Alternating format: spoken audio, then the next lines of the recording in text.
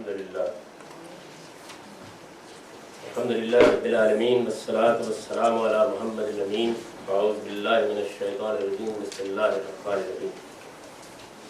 خواتین و حضرات، سنت کیا ہے اور اس کی تعین کے لیے کیا اصول اختیار کرنے چاہیے، ہم نے اس بات کا مطالعہ مکمل سے کیا. اس میں چند چیزیں زیر بحث آئیں. اس سے پہلے کہ آپ اپنے سوالات پیش کریں، ان میں سے بعض بنیادی چیزوں کے بارے میں یہ چاہتا ہوں کہ بعض حقائق خلاصے کے طور پر سامنے آئیں. مثلاً ایک چیز یہ زیر بحث آئی کہ ایک چیز دین فطرت ہے اور پیغمبر صلی اللہ علیہ وسلم کی بہت سی ہدایات ہم سنت کے تحت نہیں بلکہ بیان فطرت کے تحت رکھتے ہیں. تو ظاہر ہے کہ یہ مسئلہ پیدا ہوتا ہے کہ یہ دین فطرت کی کیا چیز ہے، کو متعین کر لینا چاہیے. وہ کیا فرق ہے کہ جس میں ایک چیز نبی صلی اللہ علیہ وسلم کی سنت قرار پا جاتی ہے، ایک چیز قرآن کا حکم قرار پا جاتی ہے، اور ایک چیز قرآن میں ہوتی ہے لیکن وہ قرآن کا حکم نہیں ہوتی. وہ سنت میں ہوتی ہے یا پیغمبر صلی اللہ علیہ وسلم سے صادر ہوتی ہے، لیکن یہ کہ ہم اس کو سنت کے لفظ یا اصطلاح سے تعبیر نہیں کرتے. تو بالاجمال ان چیزوں کی طرف اشارے ہو گئے تھے، لیکن میں یہ چاہتا ہوں کہ ایک پریسائز طریقے سے ان کا خلاصہ سامنے آ جائے تاکہ پھر ان اصولوں کو جب ہم اپلائی کریں، یعنی اب ہمیں اصل میں سنت کی فہرست کو سامنے رکھ کر ان کا اطلاق کرنا ہے. جب ہم ان کو اپلائی کریں یا ان کا اطلاق کریں تو چیزوں میں خلط مبحث کا امکان باقی رہے. دیکھیے، انسان کی جبلتوں کے بارے میں کسی بحث کی ضرورت نہیں ہوتی. یعنی انسان کو جو چیزیں بطور جبلت حاصل ہوئی ہیں، مثلا جنس کی جبلت ہے انسان کے اندر، بھوک کی جبلت ہے انسان کے اندر، ان کے بارے میں کسی بحث کی ضرورت نہیں ہوتی. یہ عام طور پر انسان مانی لیتا ہے. انسان کی جب فطرت کہا جاتا ہے تو یہ در حقیقت تین چیزوں سے عبارت ہے. انسان کا ایک مادی وجود ہے، یعنی مجھے اللہ تعالیٰ نے اور آپ کو بھی اللہ تعالیٰ نے ایک جسم دیا ہے. یہ جو جسم ہمیں دیا گیا ہے، ہم اس کے بارے میں نجاست کا احساس رکھتے ہیں. یعنی ہم یہ احساس رکھتے ہیں، اور یہی ہمارے اور باقی بعض مخلوقات کے درمیان فرق واقع ہوتا ہے. ہم اس میں نجاست کا احساس رکھتے ہیں. یہ چیز کپڑے کو نہیں لگنی چاہیے، یہ چیز جسم کو نہیں لگنی چاہیے. یہ ہمارے اندر فطری احساس ہے. یہ وہ احساس ہے جو انسانیت کی مشترک میراث ہے. یعنی اس کو آپ الٹ دیجیے تو گویا یوں سمجھیے کہ ہم اپنے مادی وجود کی پاکیزگی چاہتے ہیں. کم و بیش زیر بحث نہیں ہے، لیکن بنیادی احساس یہ ہمارے اندر موجود ہے. ہم یہ چاہتے ہیں کہ ہمارا یہ مادی وجود صاف ستھرا ہو.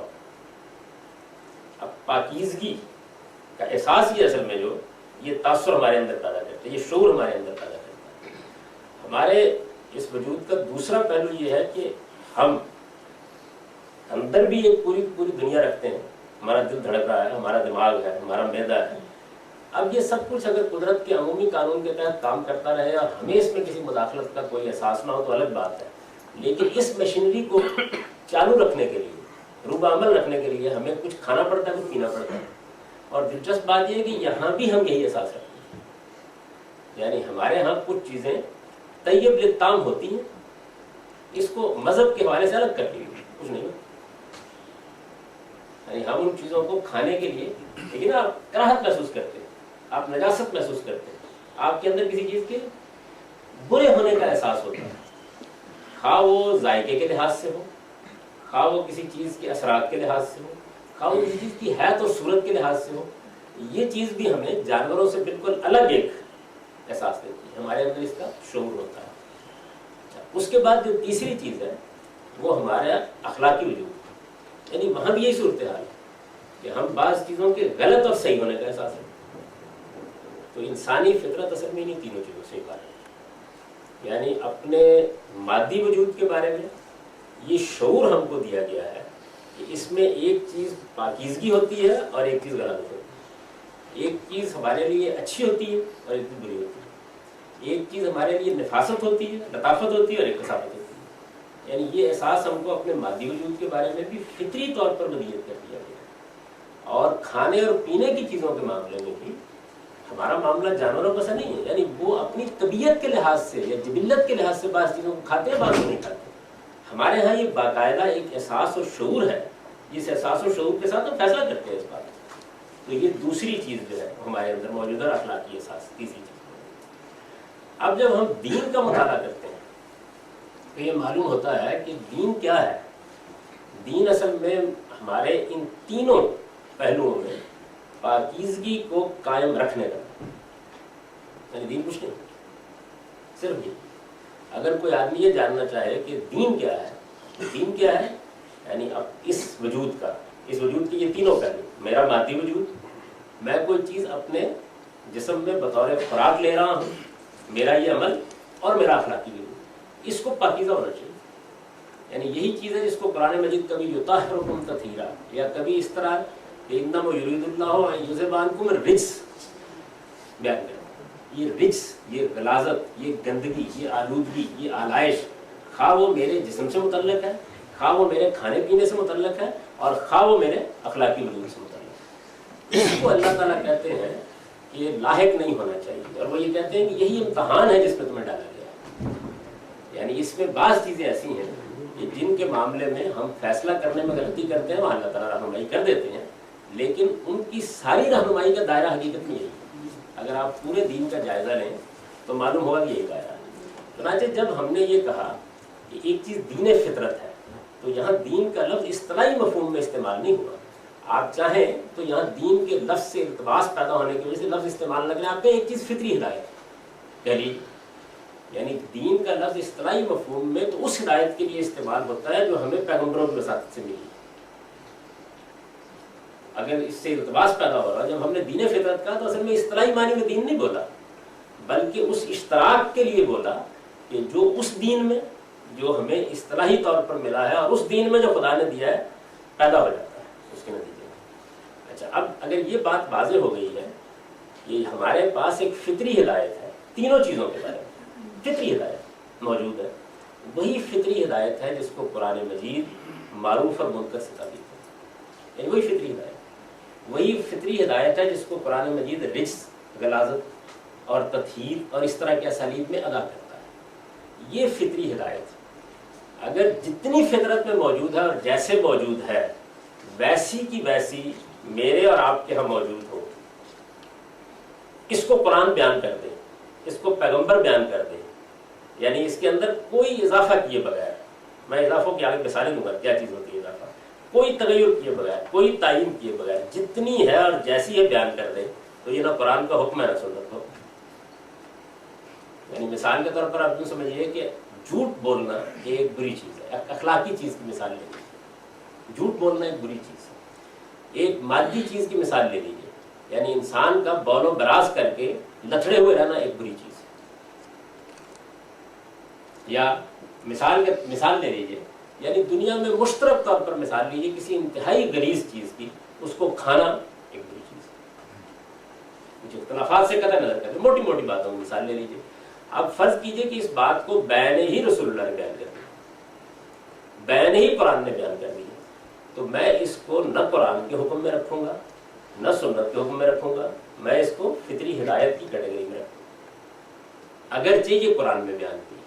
یعنی جب قرآن یہ کہے گا مثال کے طور پر کہ بدکاری نہ کرو، تو یہ میرے نزدیک فطری حکم ہے، یعنی یہ فطری ہدایت کا بیان ہے، قرآن سے اس کی ابتدا نہیں ہو رہی ہے۔ جب وہ کہے گا جھوٹ نہ بولو، جب وہ کہے گا بددیانتی نہ کرو، جب وہ کہے گا کسی مظلوم جو ہے اس کے اوپر ظلم نہ کرو، کسی یتیم کا مال نہ کھاؤ، تو یہ فطری دین ہے، فطری ہدایت ہے۔ اس فطری دین کو اسی کیٹیگری میں رہنا چاہیے۔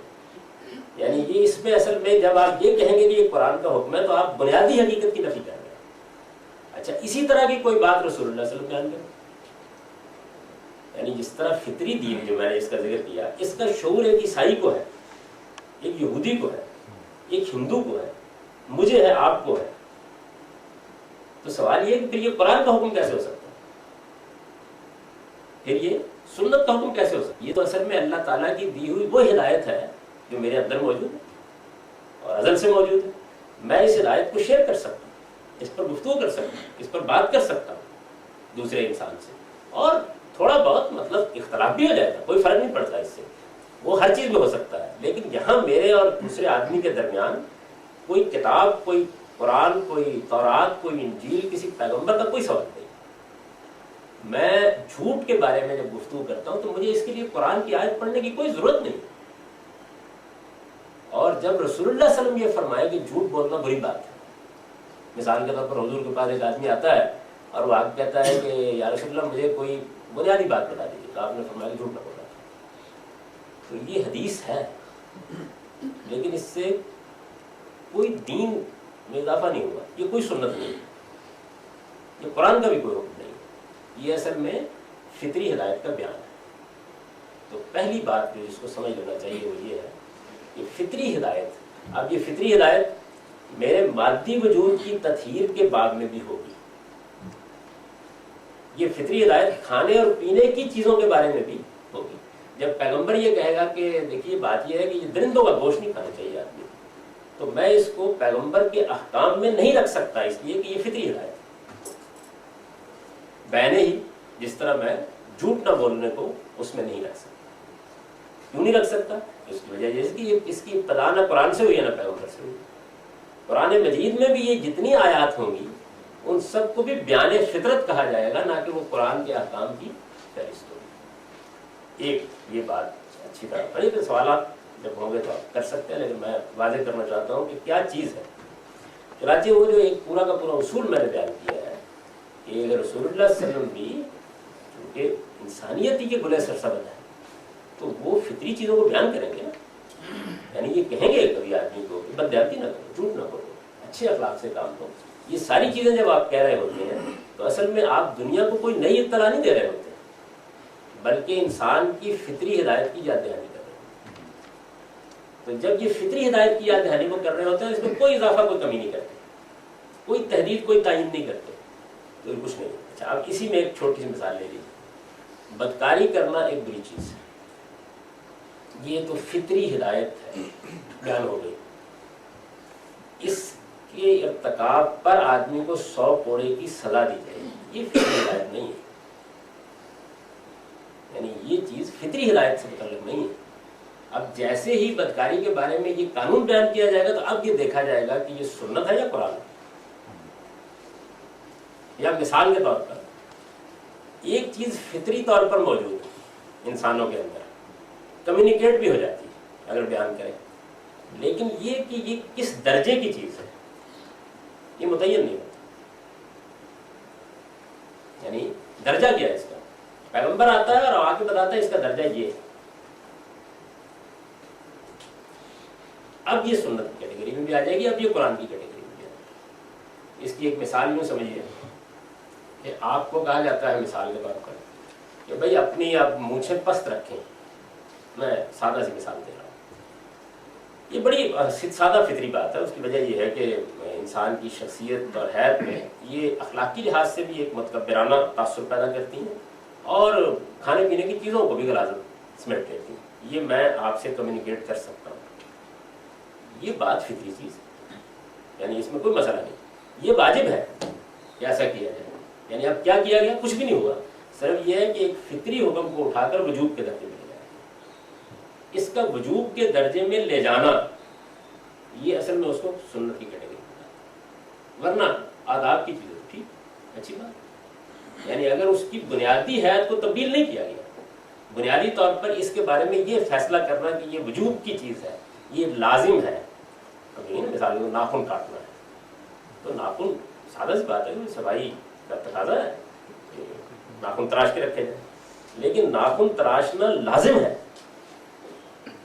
اس پر پوچھ ہو جائے گی، یہ وجوب کے درجے کی چیز ہے. اب یہ دین بن گیا. یعنی وہ یوں سمجھ لیجیے کہ دین ایک چیز اپنی فطری حیات میں بیان ہی. مثلا اگر یہ فطرت ہی میں طے ہوتا کہ یہ واجب ہے تو پھر اس کے وجوب کا بیان بھی بیان فطرت. جیسے مثال کے طور پر جنسی تعلقات کے بعض انحرافات جو ہیں وہ فطرت ہی میں معلوم ہوتا ہے کہ حرمت کے درجے کی چیز، تو ان کا بیان حرمت بھی کوئی اضافہ نہیں.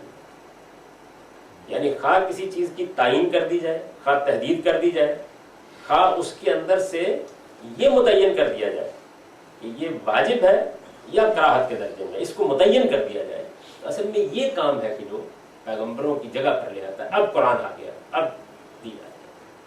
تو دوسری چیز جو ہے اس کو یہ سمجھ لی گئی کہ ایک چیز جب فطری احکام میں ہوتی ہے تو اس پر کوئی پابندی لگا دی گئی، اس پر کوئی تحدید عائد کر دی گئی، یعنی جو ہم خود نہیں سمجھ سکتے تھے اس کو عموم سے اٹھایا گیا اور وجوب کے درجے میں لے جایا گیا، لازم کر دیا گیا، لوگوں کے لیے ایک ٹریڈیشن کے طور پر متعین کر دیا گیا، ان کو پابند کر دیا گیا اس کے یہ کام تم کو لازمن کرنا ہے. تو اصل میں یہ چیز ہے کہ جو اس کو اب اصطلاحی دین میں لا کے کھڑا کر دیا. جب اصطلاحی دین میں وہ چیز شامل ہو جاتی ہے تو اب یہ دیکھنا پڑتا ہے کہ یہ پھر قرآن میں ہے، قرآن نے انیشیٹ کی ہے یا پیغمبر سے. اب آ کے گویا اس کی دوسری دونوں کیٹیگریز زیر بحث آتی ہے. جب تک چیز اس سے نیچے رہے گی، یعنی آپ اس کو اٹھائیں قرآن مجید سے اور باہر نکال لیں، آپ اس کو اٹھائیں رسول اللہ صلی اللہ علیہ وسلم کے ارشادات سے باہر نکال لیں، اور جب اس کا آپس میں تبادلہ خیال ہو تو یہ معلوم ہو کہ یہ بات اگر رسول اللہ صلی اللہ علیہ وسلم نہ بتاتے، قرآن نہ بتاتا، تو ویسے ہی انسانوں کے درمیان مانی گئی بات. تو اب اس کے بیان کو میں بیان فطرت کہوں گا، خواہ وہ قرآن میں ہو خواہ وہ رسول اللہ صلی اللہ علیہ وسلم. اس کو اس جگہ سے اٹھائیے اور اٹھا کر اس کے اندر کوئی تحدید، کوئی تعین پیدا کر دیجیے، یا اس کے اوپر کوئی قید لگا دیجیے، یا اس کے ساتھ کچھ لوازم کا اضافہ کر دیجیے. اب یہ چونکہ میں اس فطری طریقے سے نہیں کر سکتا تو یہ پیغمبر نے کر دیا، یہ سمجھ لینا چاہیے اس کو. اس کے نتیجے میں چیزیں کیٹیگرائز ہوتی ہیں. اب جو غلطی ہمارے ہاں بنیادی طور پر ہوئی ہے وہ یہ ہے کہ یہ اس کو کیا کہیں گے آپ، یہ چھان پھٹک ہے نا. یعنی کہنے کو ایک آدمی کہے گا کہ ٹھیک ہے جھوٹ بولنا بری بات ہے، لوگ بھی کہتے ہیں قرآن میں بھی لکھا ہوا ہے، حضور نے بھی بیان کر دیا ہے، تو اگر ہم یہ کہیں کہ جھوٹ بولنا دین کا حکم ہے تو وہ کیا اعتراض ہے. لیکن اس سے مسائل پیدا ہوتے ہیں. اس کیٹیگرائزیشن کو ٹھیک کر دینا، اس کو درست کر دینا. جب تک یہ درست نہیں ہوتی اصل میں دین کا صحیح فہم نہیں ہے، کہاں سے دین شروع ہوتا ہے اور کہاں. تو ایک ہے دین فطرت. یہاں دین کا لفظ فطری ہدایت کے معنی میں بولا جا رہا ہے، یعنی یہاں دین کا لفظ جو ہے وہ ایسے ہی ہے جیسے قرآن نے بول دیا نا کہ ما کانا یوسف یاخذہ فی دین الملک، بول دیا قرآن نے. اور ایک ہے دین بطور اصطلاح. بطور اصطلاح وہ کیا ہے؟ پیغمبروں کی دی ہوئی ہدایت، وہ یا قرآن میں ہوگی یا سنت میں ہوگی. تو جب وہ پیغمبروں کی دی ہوئی ہدایت جو ہے اس کے دائرے میں ہم پہنچیں گے تو اس کے لیے ضروری ہے کہ پہلے یہ بتا دیا جائے کہ یہ فطری ہدایت سے آگے بات بڑھ گئی ہے کسی پہلو سے، تب وہ قرآن کا حکم بنے گی، تب وہ پیغمبر کا حکم بنے گی یا پیغمبروں کا حکم بنے گی، جس کو ہم سنت سے تعبیر کرتے ہیں. ایک یہ چیز ہے، یعنی فطرت کیا ہے، فطری دین کیا چیز ہے، اور فطری دین کب قرآن کا حکم یا سنت کا حکم بنتا ہے، اس کو میں نے کوشش کی ہے کہ واضح. ایک اگلا مسئلہ جو اس میں پیدا ہوتا ہے وہ مسئلہ وہاں پیدا ہوتا ہے جہاں میں نے اس کو بیان کیا. میں نے یہ اصطلاح استعمال کی کہ یہ اسوہ حسنہ ہے، یہ تفہیم اور تبیین ہے. یہ وہ چیز ہے کہ جس کو بھی الگ الگ نہیں کیا جائے، یعنی لوگوں نے اس کو بھی سنت کے جامع عنوان میں بیان کر دیا، اسوہ حسنہ کے جامع عنوان میں بیان کر دیا. میں اس میں فرق کرتا ہوں، اور یہ فرق بھی ضروری ہے چیزوں کو کیٹیگرائز کرنے کے لیے. یعنی جب رسالت میں آپ صلی اللہ علیہ وسلم دین دیتے ہیں، اب یہ تو واضح ہو گیا نا کہ اصطلاحی دین سے مراد کیا ہے. یعنی فطرت کے احکام میں کوئی تحدید ہوگی، کوئی تعین ہوگی، کوئی اس کی صورت متعین کی جائے گی، کوئی اس کے اندر چیز پیدا کی جائے گی. یعنی حتیٰ کہ اتنی سی چیز بھی اگر پیدا کر دی جائے گی کہ عموم کو اٹھا کر وجوب میں لے آیا جائے گا تو وہ دین بن جائے گا. تو جب وہ اصطلاحی دین جو ہے وہ رسول اللہ دیتے ہیں، اصطلاحی دین دیتے ہیں، اگر وہ قرآن کی صورت میں دیتے ہیں تو میں قرآن کا حکم کہتا ہوں. اگر وہ قرآن کی صورت میں نہیں دیتے، وہ آپ سے انیشیٹ ہو رہا ہے یا آپ سے پہلے پیغمبروں کے ذریعے سے انیشیٹ ہو رہا ہے، آپ اس کی تصویب کر رہے ہیں، تو میں اس کو سنت کہتا ہوں. اور جب قرآن میں بیان کردہ دین پر، اپنے ہی سنت میں بیان کردہ دین پر اور فطرت کی ہدایت پر آپ عمل کرتے ہیں تو میں اسے اسوہ حسنہ کہتا ہوں. اس لیے بھی یہ کام ہونا ہے نا. صلی اللہ علیہ وسلم کو قرآن بھی دینا ہے اور قرآن دینے کے بعد قرآن پر عمل بھی تو کرنا ہے. تو اس عمل کا جب آپ ایک اچھا نمونہ پیش کر دیتے ہیں تو میں اس کو اس تعبیر سے ادا کرتا ہوں. یعنی اب میرے ہاں کوئی چیز اسوہ حسنہ نہیں ہوگی جو نیا دین ہے, وہ تو سنت کی کیٹیگری میں چلا جائے گا یا قرآن کی کیٹیگری میں چلا جائے گا. جب اسی پر عمل ہوگا اور عمل میں کوئی نمونے یا کمال کا پہلو پیدا کر دیا جائے گا تو میں کہوں گا یہ بہترین نمونہ ہے ایسا. یعنی بہترین نمونہ کی کیٹیگری جو ہے, اب یہ دیکھیے بہترین نمونہ میں کوئی نئی چیز نہیں ہوگی, یا وہ فطری ہدایت پر حضور کمال کے ساتھ عمل پیرا کر ہو رہے ہوں, یا قرآن کے حکم پر رسالت مآب صلی اللہ علیہ وسلم بہت اتمام و اکمال کے ساتھ عمل پیرا ہو رہے ہوں گے, اور یا اپنی ہی قائم کردہ سنت پر بہت اتمام و اکمال کے ساتھ عمل پیرا ہو رہے ہوں. اچھا, اس کے بعد رسالت مآب صلی اللہ علیہ وسلم یہ بھی تو کریں گے نا کہ جو قرآن انہوں نے دیا ہے اس کے بارے میں کسی چیز کی وضاحت کرتے ہیں. یہ وضاحت بطور خود بھی فرما سکتے ہیں اور یہ وضاحت کسی کے کہنے بھی فرما سکتے ہیں. تو آپ دیکھیے کہ اس وضاحت میں جو کچھ کہا گیا ہے اگر تو وہ قرآن مجید سے زائد کوئی بات ہے پھر تو دیکھیں نا وہ کیا چیز ہے, پھر اس کو کیٹیگرائز کریں گے کہاں کی بات ہے. یعنی وہ اگر کوئی زائد بات ہے تو پھر یا تو وہ فطری ہدایت سے متعلق ہوگی یا وہ آپ کی سنت ہوگی. اگر ایسا نہیں ہے تو پھر آپ کیا کر رہے ہیں, یعنی پھر آپ صحیح کر رہے ہیں, بات سمجھا رہے ہیں. تو بات سمجھانے کو سنت کیسے کہتے ہیں؟ یعنی اس لیے اس کے لیے میں تفہیم اور تبیین کی اصطلاح استعمال کرتا ہوں. اسی ساری بحث میں اس سوال کا جواب بھی مل جانا چاہیے کہ جب میں نے پہلا اصول یہ بیان کیا اور اس میں یہ الفاظ لکھے کہ سنت صرف وہی چیز ہو سکتی ہے جو اپنی نوعیت کے لحاظ سے دین ہو, یا نبی صلی اللہ علیہ وسلم نے اسے دین قرار دیا. تو اس کا مطلب کیا ہے؟ یعنی دین کیا چیز ہوگی؟ دین یا تو میرے مادی وجود کی تطہیر سے متعلق کوئی بات دین ہو سکتی ہے, یا میرے کھانے پینے چیزوں کی تطہیر سے متعلق کوئی چیز دین ہو سکتی ہے, یا میرے اخلاقی وجود کی تطہیر سے متعلق کوئی چیز دین ہو سکتی ہے. اگر ان تینوں چیزوں سے متعلق نہیں ہے تو پھر وہ دین نہیں, یعنی پھر وہ کوئی اور چیز, وہ دین نہیں ہے. اب یہ اگر چیزیں جو ہیں یہ واضح ہو گئی ہیں اور اس میں کوئی وہام باقی نہیں رہا تو میں وقفہ دوں گا آپ کو کہ آپ سوالات کریں. اس کے بعد میں ان اصولوں کو اس فہرست پر اپلائی کروں گا جو فہرست آپ نے شروع میں پڑھی, اور پھر یہ بتاؤں گا کہ اس فہرست کے اندر جو عام طور پر لوگ چیزیں کہتے ہیں کہ شامل ہونی چاہیے, شامل نہیں ہے تو کیوں شامل نہیں؟ یعنی یہ اطلاقی عمل جو ہے وہ مجھے اب کرنا ہے, لیکن اس کے لیے ضروری ہے کہ آپ نے اصول سن لیے, اس میں کوئی چیز واضح نہیں ہوئی کر لیجیے پہلے, اور اب میں نے اس کے بارے میں جو چند بنیادی چیزوں کی توضیح کی ہے وہ, کیونکہ اس میں یہ چیزیں استعمال ہوئی ہیں نا. ایک جگہ یہ ہو گیا معاملہ کہ جو چیز دین ہے وہ سنت ہے, بتانا چاہیے نا دین کیا ہے. ایک جگہ یہ بات زیر بحث آگی بطور اصول کہ جو دین فطرت کے حقائق ہیں ان کے بیان کو وہیں رکھنا چاہیے, ان کو سنت میں نہیں لانا چاہیے, کیونکہ باقی چیزیں جو وہ آسان ہیں بہت. یعنی حضور نے ایک عمل جو ہے وہ بطور تطبع کیا ہے تو وہ آپ بھی سمجھ لیں گے کہ بھائی یہ تو کوئی طریقہ نہیں ہے نا کہ آپ روز نفل پڑھیں اور روز ایک نئی سنت اس کو قرار دے دیا جائے. ہو گئی ایک بار, وہ باتیں سمجھنے میں زیادہ, لیکن بنیادی مسائل یہ تھے تو ان کی طرف میں نے اسی لیے ذرا تفصیلی اشارہ کر دیا.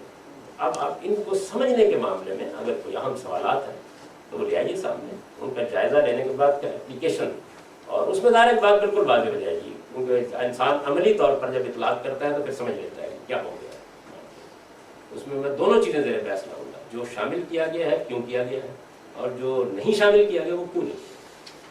ایک سوال یہ تھا کہ جو انسٹنکٹس ہیں, جبلتیں جو ہیں, ان میں سے مثال کے طور پہ جو کھانے پینے کی جبلت ہے یا مثال کے طور پر وراثت کے بارے میں متنبع رہنے کی ہے, یہ کیا ایک سپر سیٹ ہے اس چیز کا فطرت ہے؟ وراثت کے بارے میں متنبع رہنا جبلت نہیں ہے, یہ بات کہ یہ فطرت ہے, فطرت میں ہے, انسانی فطرت ہے. جبلت کا مشہور کر رہے ہیں. ہاں جبلت تو زیر بحث ہی نہیں, جبلت میں تو ہم اور جانور بالکل یکساں ہیں, ہم اور جانور جبلت میں یکساں ہیں, کوئی فرق نہیں ہمارے درمیان.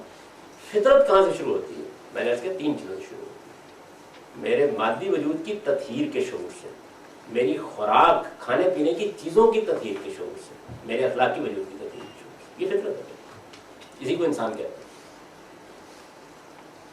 اور جب کوئی اس کے بارے میں بات ہوگی تو وہ دین, یعنی فطری دین, اور جب اس کی تحدید و تعین کی جائے گی تو وہ اصطلاحی دین.